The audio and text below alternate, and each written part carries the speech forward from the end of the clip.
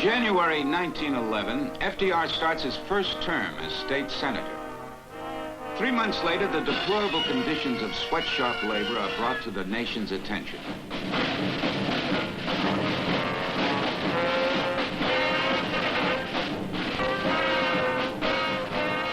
148 persons, mainly women and children, are burned to as the fire sweeps through the city. And when it introduces legislation favoring workmen's compensation and factory inspection laws, one of its most fervent supporters is the 29-year-old Franklin D. Roosevelt.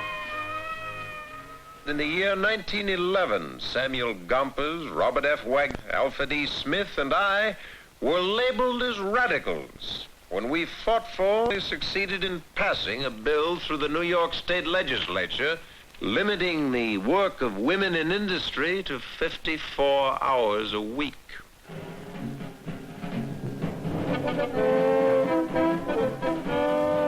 As the 1920s, the federal government continues to give labor scant recognition. Labor gives its own unions scarcely more. Less than 6% of American workers are organized.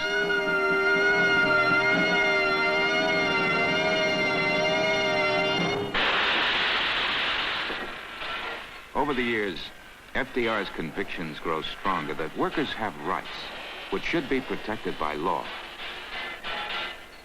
In 1928, he becomes governor of New York. I call for legislation to guard the toilers in the factory and to ensure them a fair wage and protection from the dangers of their trades, to compensate them by adequate insurance for injuries received while working. When FDR assumes the presidency in 1933, he begins by making an unprecedented appointment. As his Secretary of Labor, FDR appoints the first lady cabinet member in history, Frances Perkins. To a reporter who asks whether she will not find her sex, Miss Perkins replies, "Only in climbing trees." Most important single concept is the idea of keeping up the wage earner purchasing power. For without high wage earner purchasing power, we cannot maintain business or industry or our population in the way in which American standards demand. The overwhelming majority of the workers of America understand, as do the overwhelming majority of employers of America, that this is no time to seek special privilege, undue advantage, or personal gain, because we face today a crisis. To assist economic recovery by raising the buying power of the American worker, FDR sponsors the passage of the National Industrial Recovery Act. I seek definitely to increase the purchasing power of the American people. Your government hopes that the building up of wages and the shortening of hours will result in an increase in the number of persons employed. Workers are here given a new charter of rights, long sought and hitherto denied. Buried in the heart of the NRA is Section 7A, which grants the right to labor to bargain collectively.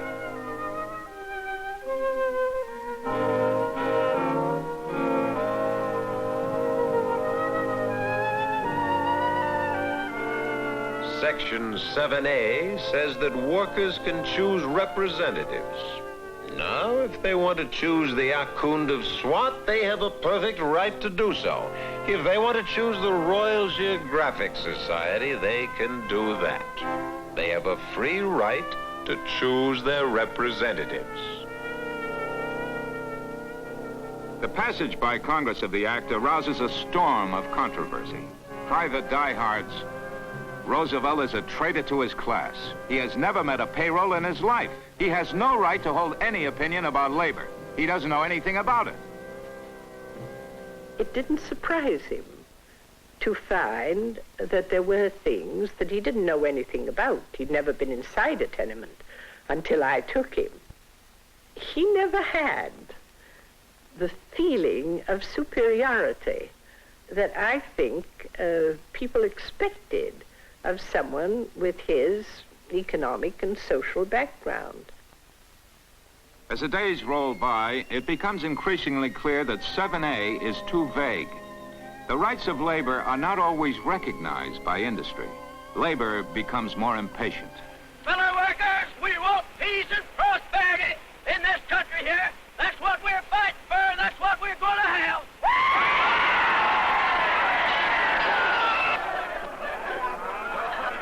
1934 opens with isolated explosions. Then strikes become general across the land. In Minneapolis, the Teamsters strike effectively paralyzes the city, and class war threatens as the Yale Club of Minneapolis leads an anti-labor march.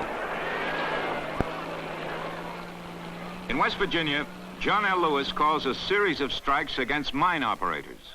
If the soldiers come, the mine workers will remain peacefully in their homes, conscious of the fact that bayonets in coal mines will not produce coal.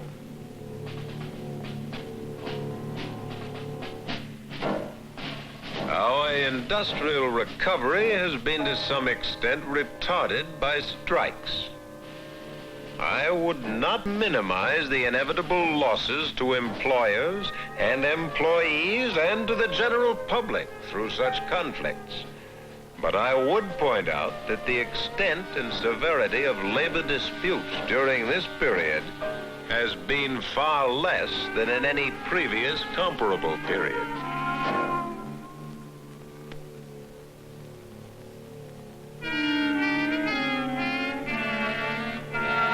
In Georgia, Governor Talmadge sets up concentration camps for strikers.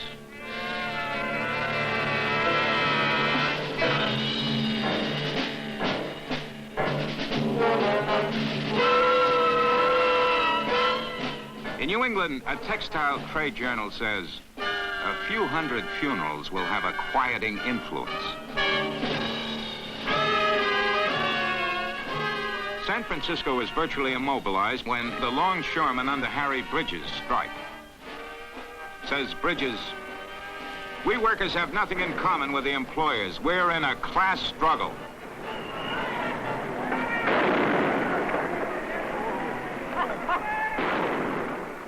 In the San Francisco strike, a lot of people completely lost their heads and telegraphed me, for God's sake, come back. Everybody demanded that I sail into San Francisco Bay, all flags flying and guns double-shotted, and end the strike. They went completely off the handle. Labor has got to learn by going through the actual processes and not by interference from the federal government or from the president or from United States troops.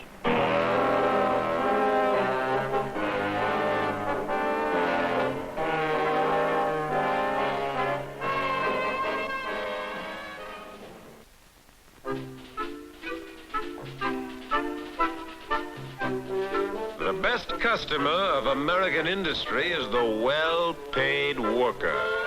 Our aim must be to achieve and maintain a national economy whose factors are so finely balanced that the worker is always sure of a job which will guarantee a living wage. The wage earners of America will not ask for more. They will not be satisfied with less. The NRA simply isn't strong enough to enforce the rights of labor. And the Senate passes a bill introduced by Senator Robert F. Wagner of New York City on February 21st, 1935. On July 5th, it becomes a law. Officially called the National Labor Relations Bill, it provides supervised union elections in industrial plants. It creates a judicial board to weigh disputes between labor and management. The National Labor Relations Act is now the law of the land. We shall see the dawn of a new era of peace and justice for all in our economic life. Says the Oklahoma Manufacturers Association, the NLRB will out-Stalin Stalin, out-Soviet the Russian Soviets. Says the Communist Daily Worker, it will be a weapon to destroy the power of the workers. A better relationship between labor and management is the high purpose of this act. By assuring the employees the right of collective bargaining, it fosters the development of the employment contract on a sound and equitable basis. It seeks for every worker within its scope that freedom of choice and action which is justly his. In the summer of 1935, American labor unions disagree as to whether they should organize by crafts or by entire industries. John L. Lewis, head of the United Mine Workers, David Dubinsky, president of the International Ladies Garment Workers Union, and Sidney Hillman of the Amalgamated Clothing Workers break with the American Federation of Labor.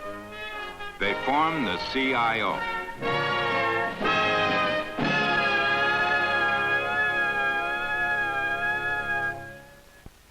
FDR is careful not to alienate either of the warring labor factions. He walks a political tightrope between the AFL and the CIO. Both have large votes, and the 1936 election is coming up. We earnestly hope that the distinguished representatives of the American Federation of Labor will give intelligent analysis to our proposals rather than to continuously attack our motives. Anticipating a Democratic victory and a favored place for the CIO, John L. Lewis offers Roosevelt a campaign contribution of $250,000. Replies the politically astute FDR, No, John, I don't want your check, much as I appreciate it. Just keep it. And I'll call on you if and when any small need arises. In 1935, FDR turns his attention to the broader aspects of social welfare. This Social Security measure gives at least some protection to 30 million of our citizens who will reap direct benefits through unemployment compensation, through old age pensions, and through increased services for the protection of children and the prevention of ill health. FDR's Social Security Act, overwhelmingly passed by Congress in the summer of 1935, provides unemployment and old age pensions as well as child-rearing benefits.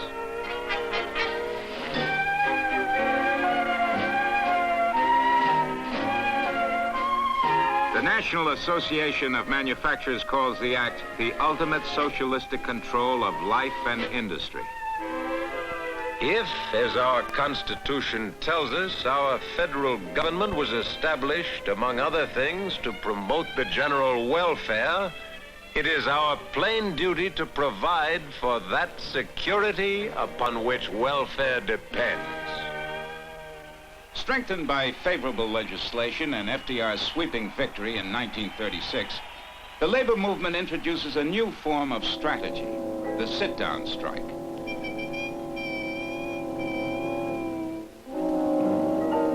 Workers occupy plants, refuse to move until a settlement is reached. Labor was having its labor pains. It was just beginning to find its power under the new impetus of favorable legislation and the sympathetic government. It had not quite grown up to such power. Industrial plants build up arsenals of gas bombs, machine guns, and rifles.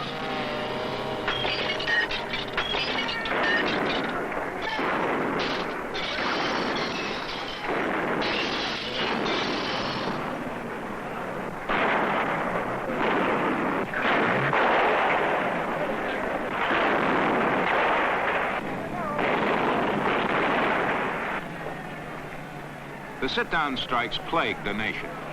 In Michigan alone, there are 51 strikes in 1 month.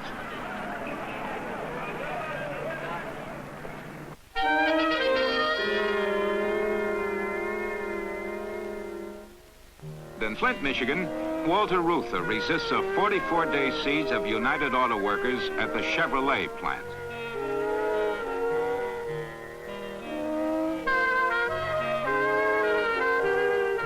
Sit-down strikes are unpopular. Strikers will finally realize that labor cannot get very far if it makes itself unpopular with the bulk of the population in this country.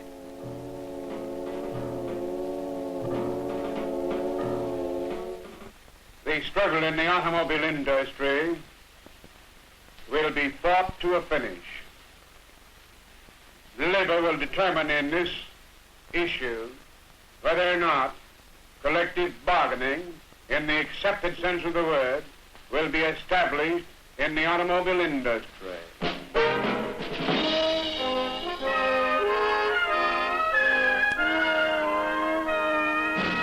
Walter Reuther and the United Auto Workers gain recognition by the automotive industry.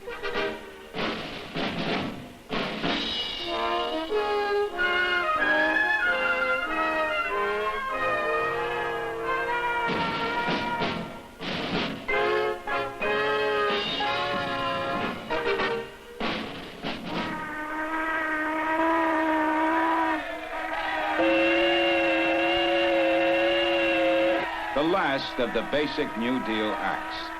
The Wages and Hours Act of 1938 establishes minimum wages. It abolishes lockouts. It ends child labor for all time. The age-long curse of child labor has been lifted. The sweatshop outlawed, and millions of wage earners released from starvation wages and excessive hours of labor. The pattern of a new order of industrial relations is definitely taking shape. The Hyde Park squire has traveled far since his first visit to a tenement brought the awakening of his social conscience. He has made it possible for organized labor to become a powerful political force. He has brought dignity and acceptance to the labor movement. Our aim is the advancement of human progress by industrial progress. Ours is the duty to work for that happy consummation when bitterness and distrust shall be replaced by mutual respect.